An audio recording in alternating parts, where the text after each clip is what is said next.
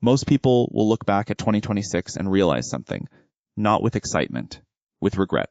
They will realize that this was the year when the window was still open, when the gap between what AI could do and what humans uniquely offered was still large enough to build inside, when the transition was still visible enough to prepare for, but not so complete that preparation was too late, and most people will realize this in 2028, or 2029, or 2031, after the window has closed, after the positions have been taken, after the people who moved in 2026 are so far ahead that catching up feels impossible. This is not a prediction designed to frighten you. It is an observation about how transitions actually work, how they always work, and what the people who navigate them successfully have always done differently from the people who got left behind. Stay with me, because what I am about to tell you is not comfortable, but it is honest, and honest is the only thing that actually helps. Let me tell you how transitions actually work. Because most people have a model of technological transition that is fundamentally wrong, and that wrong model is one of the main reasons people consistently end up on the wrong side of them. Most people think transitions happen suddenly. They imagine a clear before and after, a moment where everything changes, where the old world ends, and the new world begins. And they plan accordingly. They figure they will recognize that moment when it arrives, and respond to it then. That is not how transitions work. Transitions happen gradually, and then all at once. The gradually part stretches across years, sometimes decades. It moves slowly enough that each individual change seems manageable. Each individual development seems like something you can address later. Each individual signal seems like something you can monitor without acting on yet. And then the all-at-once part arrives. And it is not a warning, it is a result.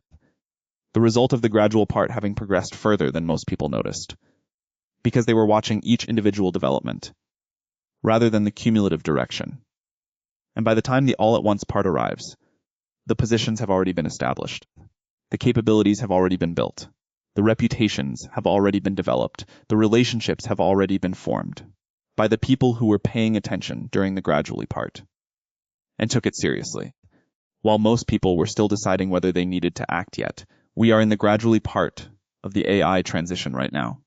But the all at once is closer than most people feel.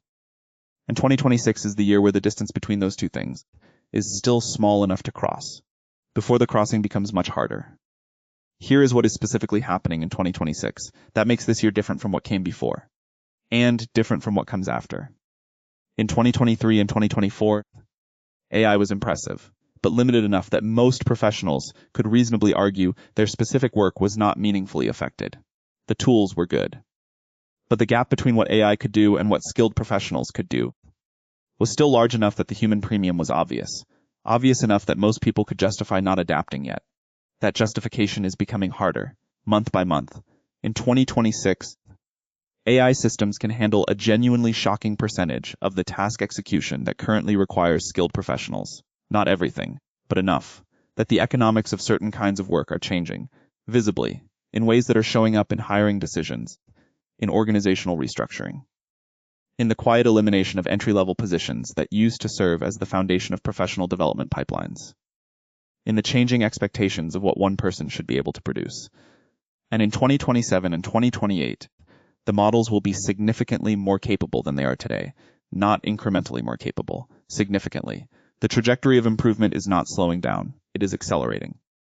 Which means the gap that exists today between what AI can do and what humans uniquely offer will be smaller in 2027 than it is now, and smaller still in 2028. And the window to build a position that is genuinely resilient to that compression is widest right now. In 2026, before the compression advances further. This is not speculation. This is the observable direction of what is happening. And the distance between where we are now and where we will be in 2 years is the distance inside which your preparation needs to happen. Let me be specific about what securing your position actually means. Because securing your position is not the same as protecting your current job. That distinction is critical. And most people who are thinking about this are thinking about the wrong thing. Protecting your current job means making yourself indispensable in your current role.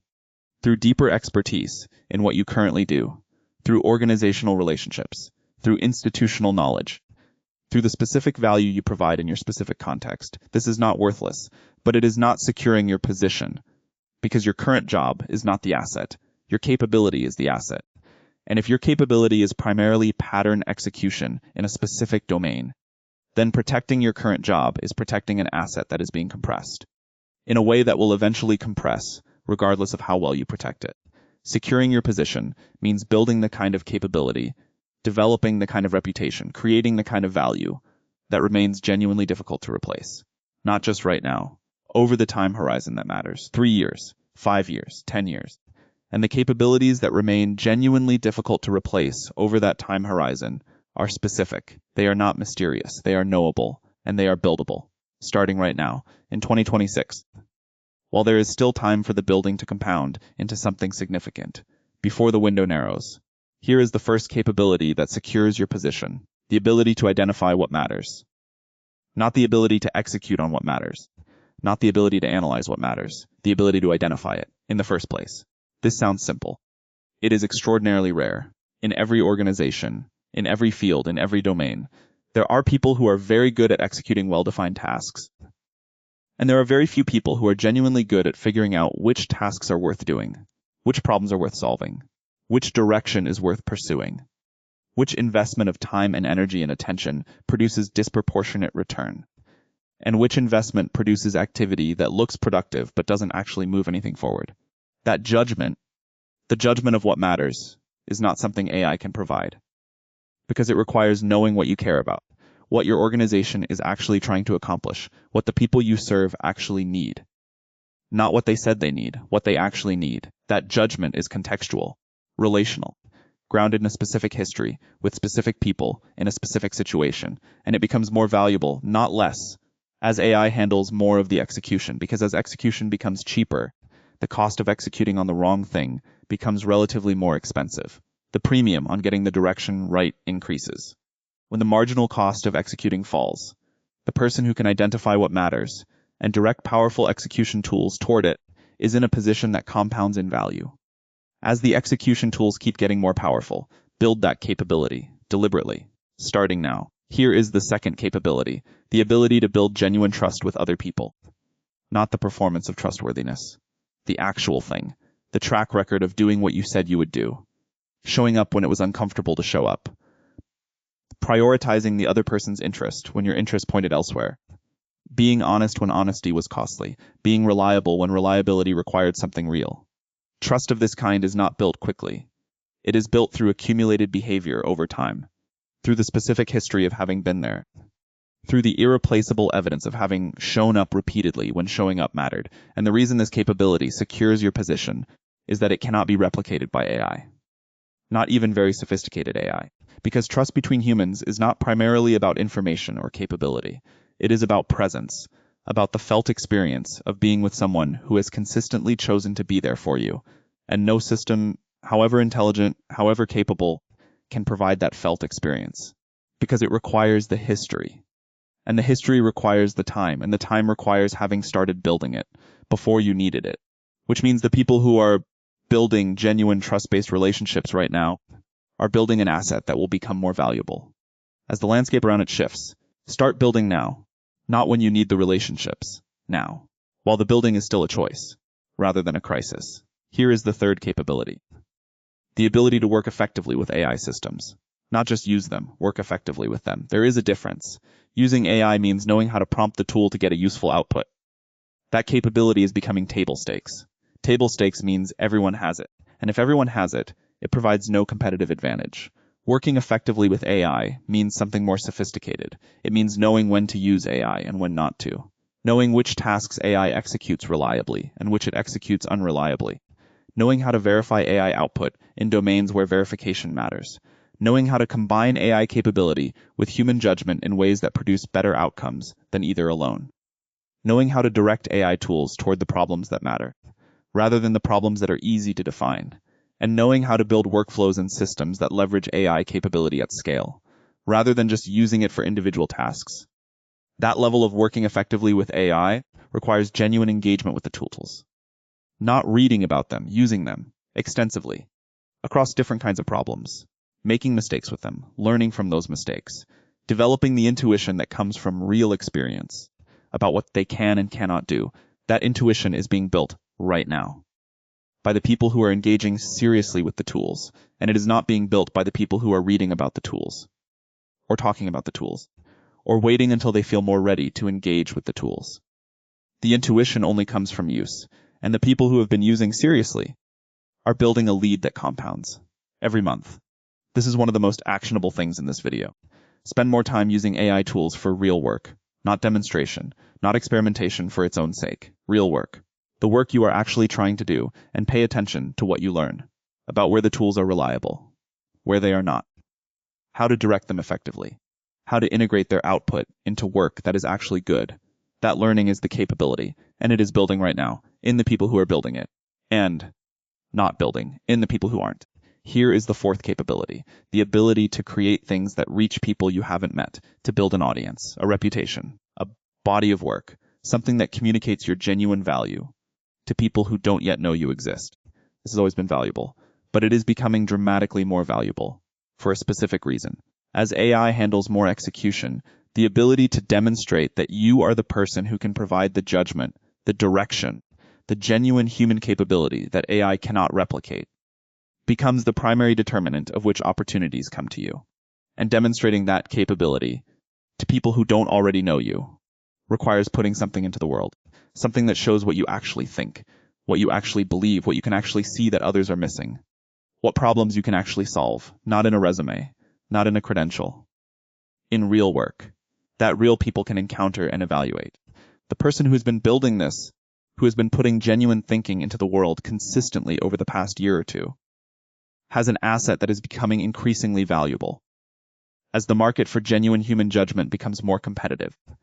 And the person who hasn't started is starting from nothing in a market that is getting more crowded every month. Start now, not perfectly, not with everything figured out, with what you actually think, about something you actually know, for people you actually want to help. That is enough to start. And starting is the only thing that produces the compounding. Here is the honest picture of why 2026 specifically matters, not because something dramatic will happen on December 31st, but because of how compound growth actually works. If you start building the capabilities that matter in 2026, by 2028 you have 2 years of compounding, 2 years of accumulated judgment, 2 years of built relationships, 2 years of developed intuition with AI tools, 2 years of a body of work that demonstrates genuine capability, 2 years of reputation building, 2 years of compounding, which is not a large number in isolation, but is an enormous number relative to someone starting in 2028, who has 0 years, who is starting from nothing, in a market where the people who started in 2026 are already 2 years ahead. And the market in 2028 will be significantly more competitive than the market in 2026, because more people will have recognized the urgency by then, and will be starting at the same time, creating exactly the kind of crowded market where 2 years of head start matters enormously. That is why 2026 specifically matters, not because it is the last possible moment, because it is the moment when the head start is still large enough to matter, when the window is still wide enough to build inside, when the compounding you start now has time to become significant, before the market gets much more crowded, and the people who are building now become much harder to catch. Here is what I want you to take away from this. Not anxiety, clarity, because clarity is the only thing that produces useful action. The anxiety is understandable, the situation is real, the transition is genuine, and the stakes are high, but anxiety without direction just produces paralysis. Or worse, motion that looks like action, but isn't building anything. The clarity is this: you have time, right now, in 2026, to build the capabilities that will matter, the judgment about what matters, the genuine relationships built on real trust, the intuition that comes from working seriously with AI tools, the body of work that demonstrates genuine capability, to people who don't yet know you exist. None of these require perfect conditions. None require significant capital. None require permission. All of them require starting, and starting requires making a decision. Not a perfect decision, not a certain decision, a decision to begin. To treat this year as the year, not the year you thought about it, the year you started. Because in the transitions that matter, the people who start while starting still feels optional, are the people who end up with something significant, before the people who waited until it felt urgent. Discover that urgency came too late. This year is the year. Not because the door closes forever after this, but because the window is widest now. The compounding you start now matters most. The position you build now compounds longest, and the distance between Where the early movers will be in 3 years and where the late starters will be is determined by decisions made right now, in 2026, not in some future year when it feels more urgent. Now, the window is open. It will not stay this wide. What you build inside it is up to you. But the building has to start before the window narrows, and the narrowing has already begun.